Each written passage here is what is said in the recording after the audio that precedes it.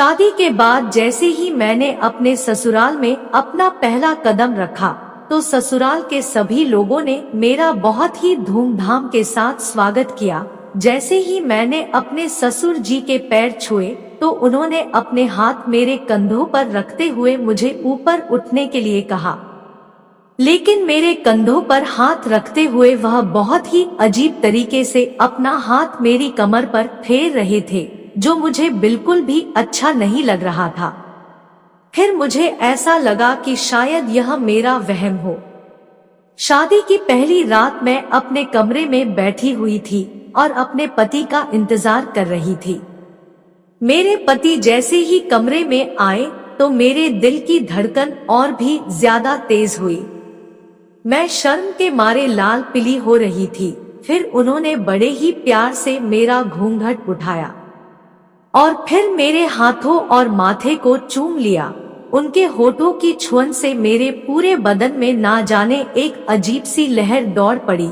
लेकिन तभी अचानक हमारे दरवाजे के बाहर से कुछ गिरने की आवाज आई। हम दोनों एकदम से घबरा गए और फिर मेरे पति ने जल्दी से जाकर कमरे का दरवाजा खोल कर देखा तो वह देखकर हैरान थे कि दरवाजे के बाहर मेरे ससुर जी खड़े हुए हैं। अपने ससुर को इस तरीके से दरवाजे के बाहर खड़ा हुआ देखकर मुझे बहुत ज्यादा हैरानी हुई। फिर मेरे पति ने अपने पापा से पूछा, पापा आप यहाँ पर? आपको कोई काम है? मेरे ससुर जी ने थोड़ा सा घबराते हुए कहा, अरे नहीं बेटा, बस मैं तो यह देख रहा था कि सब कुछ ठीक है या नहीं। फिर मेरे ससुर जी वहां से हड़बड़ाते हुए चले गए और मेरे पति दोबारा से कमरे में आ गए और फिर हम दोनों अपनी सुहागरात पर एक दूसरे की बाहों में खो गए। सुबह होने पर मैं जल्दी ही नहा धोकर तैयार हो गई और पूजा करने के बाद मैंने घर के सभी लोगों को आरती दी। लेकिन जैसे ही मैंने आरती देने के बाद ससुर जी के पैर छुए तो उन्होंने एक बार फिर से मेरी कमर पर हाथ रखा और मेरे दोनों हाथ अपने हाथों में पकड़कर कहने लगे, अरे बेटा तुम क्यों यह बार बार तकलीफ करती हो पैर छूने की? मेरा आशीर्वाद तो हमेशा तुम्हारे साथ है। लेकिन ससुर जी के हाथों की छुअन मुझे आशीर्वाद नहीं लग रही थी। मेरी शादी अभी अभी हुई थी, इसलिए मैं किसी से कुछ कह भी नहीं सकती थी। फिर एक दिन जब मैं रसोई में खाना बना रही थी तभी अचानक से मेरे ससुर जी रसोई में आ जाते हैं और अचानक से मेरी कमर पर हाथ लगा देते हैं। पहले तो मुझे लगा मेरे पति मेरे साथ शरारत कर रहे हैं। मैंने भी उसी अंदाज में उनसे कहा, क्या कर रहे हो, छोड़ो ना, कोई देख लेगा।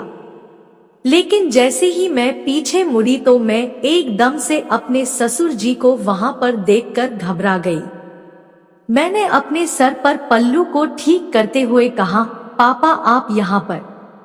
फिर मेरे ससुर ने मेरा पल्लू मेरे सर से खींचते हुए कहा, अरे बहू क्या तुम पुराने जमाने की तरह सर पर पल्लू वल्लू रखती हो? नया जमाना है, देखो ना, पल्लू रखने से तुम्हारी यह पतली कमर बिल्कुल भी दिखाई नहीं देती। फिर मेरे ससुर ने मेरा पल्लू एक तरफ करते हुए कहा, तुम्हारी यह नाजुक कमर ऐसे ही दिखती हुई अच्छी लगती है। इसको देखकर तो बस मेरा मन ऐसा करता है कि मैं हमेशा इसको बस छूता ही रहूं, देखता ही रहूं। अपने ससुर के मुंह से अपने बारे में इतनी बुरी बात सुनकर मुझे बहुत तेज गुस्सा आ गया और मैंने उस वक्त ये भी नहीं सोचा कि सामने मेरे पति के पिता खड़े हैं। मैंने गुस्से में आकर कहा, पापा आप यह कैसी बातें कर रहे हैं?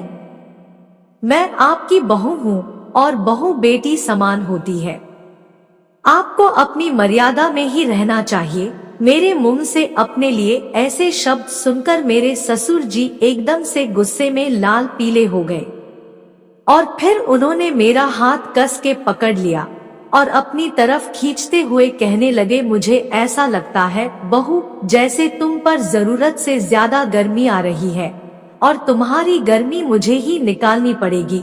मैं अपने ससुर से अपने हाथ छुड़वाते हुए कहने लगी, पापा जी आप मेरा हाथ छोड़िए अभी, वरना मैं चिल्ला चिल्ला कर सबको यहीं पर इकट्ठा कर लूंगी। लेकिन मेरे ससुर ने मेरा हाथ तब भी नहीं छोड़ा। फिर मैंने गुस्से में आकर अपने पति को आवाज लगा दी। फिर वो जल्दी से मेरा हाथ छोड़कर वहां से डर के मारे भाग गए। मेरे चिल्लाने की आवाज सुनकर मेरे पति घबराते हुए वहां पर आए और कहने लगे, अरे क्या हुआ, तुम इतने जोर से क्यों चिल्लाई? फिर मैंने बात को संभालते हुए कहा कि मैंने छिपकली देख ली थी, इसलिए उसको देखकर मेरे मुंह से चीख निकल गई। इतना सुनकर मेरे पति बोले कि एक छिपकली से इतना डर लगता है, और बात वहीं पर आई गई हो गई। लेकिन मैं शर्म के कारण ये बात किसी से भी बता नहीं पाई। लेकिन मेरा ये सब किसी से ना बताना मेरे जीवन में और भी मुसीबत का कारण बन गया। फिर एक दिन ऐसे ही मेरे पति और घर के अन्य लोग किसी के यहाँ शादी में गए हुए थे। मेरी तबीयत ठीक नहीं थी, इसी कारण मैं घर पर रुक गई और मेरे ससुर जी शादी में जाने के बाद भी कोई बहाना बनाकर घर वापस आ गए। जब उन्होंने दरवाजा खटखटाया तो मैं समझी कि शायद कोई और होगा। दरवाजा खोला तो देखा कि मेरे ससुर जी थे। उनको अकेले घर में देख मैं डर गई और पूछा कि आप शादी से वापस कैसे आ गए? तो मेरे ससुर जी बोले कि तुम घर में अकेली हो तो मैं शादी में जाकर क्या करूंगा, तुम्हें कंपनी देने में वापस आ गया। उनकी बातें मुझे अंदर तक डराने लगी थी। फिर उन्होंने दरवाजा अंदर से लॉक कर दिया और बोले कि उस दिन तो बहुत चिल्ला रही थी, अब किसे चिल्लाकर आवाज दोगी? मैं डर के मारे पसीना पसीना होने लगी और डर के मारे दौड़कर अपने रूम की तरफ भागी। लेकिन उन्होंने मुझे पकड़ लिया और मुझे उठाकर अपने रूम में ले गए। मैं हाथ जोड़कर माफी मांगने लगी कि मैं आपकी बहू हूँ और बहू बेटी समान होती है। लेकिन उस समय उनके सर पर कुछ और ही भूत सवार था और उन्होंने मेरी एक भी बात नहीं सुनी। और मेरे साथ उस दिन जो हुआ उसके बाद मैं किसी को अपना मुंह दिखाने लायक नहीं बची। मेरे ससुर मुझे बहुत ही अधिक दर्द दिया। ये दर्द मेरे पति के मुकाबले कई गुना था। उसके बाद मेरे ससुर ने धमकी भी दे डाली कि अगर ये बात तुमने किसी से भी बताई तो तुम्हें मैं बदनाम कर दूंगा। लेकिन मैं अपने ससुर जी की इस हरकत के बाद चुप होने वाली नहीं थी और अपने पति के वापस आने के बाद उनसे सब कुछ बता दिया। पहले तो उन्हें विश्वास नहीं हुआ, लेकिन कई जगह निशान देखने के बाद उन्हें भरोसा हो गया और उसके बाद उन्होंने पूरे घर में हंगामा खड़ा कर दिया, जिसके कारण मेरे ससुर जी अपने बेटे से माफी मांगने लगे। लेकिन उन्होंने उनकी एक भी बात नहीं सुनी और पुलिस को बुला लिया। मेरा मेडिकल हुआ और उसके आधार पर उन्हें 10 साल की कड़ी सजा सुना दी गई।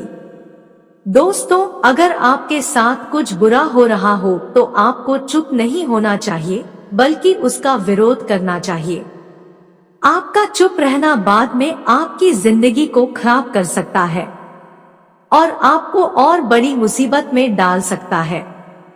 इसलिए समय रहते अपने आप को सेव कर लेना चाहिए। कहानी अच्छी लगी हो तो वीडियो को लाइक और शेयर करें। साथ ही चैनल पर नए हैं तो चैनल को सब्सक्राइब जरूर कर ले ताकि ऐसी ही वीडियोस आपको मिलती रहे।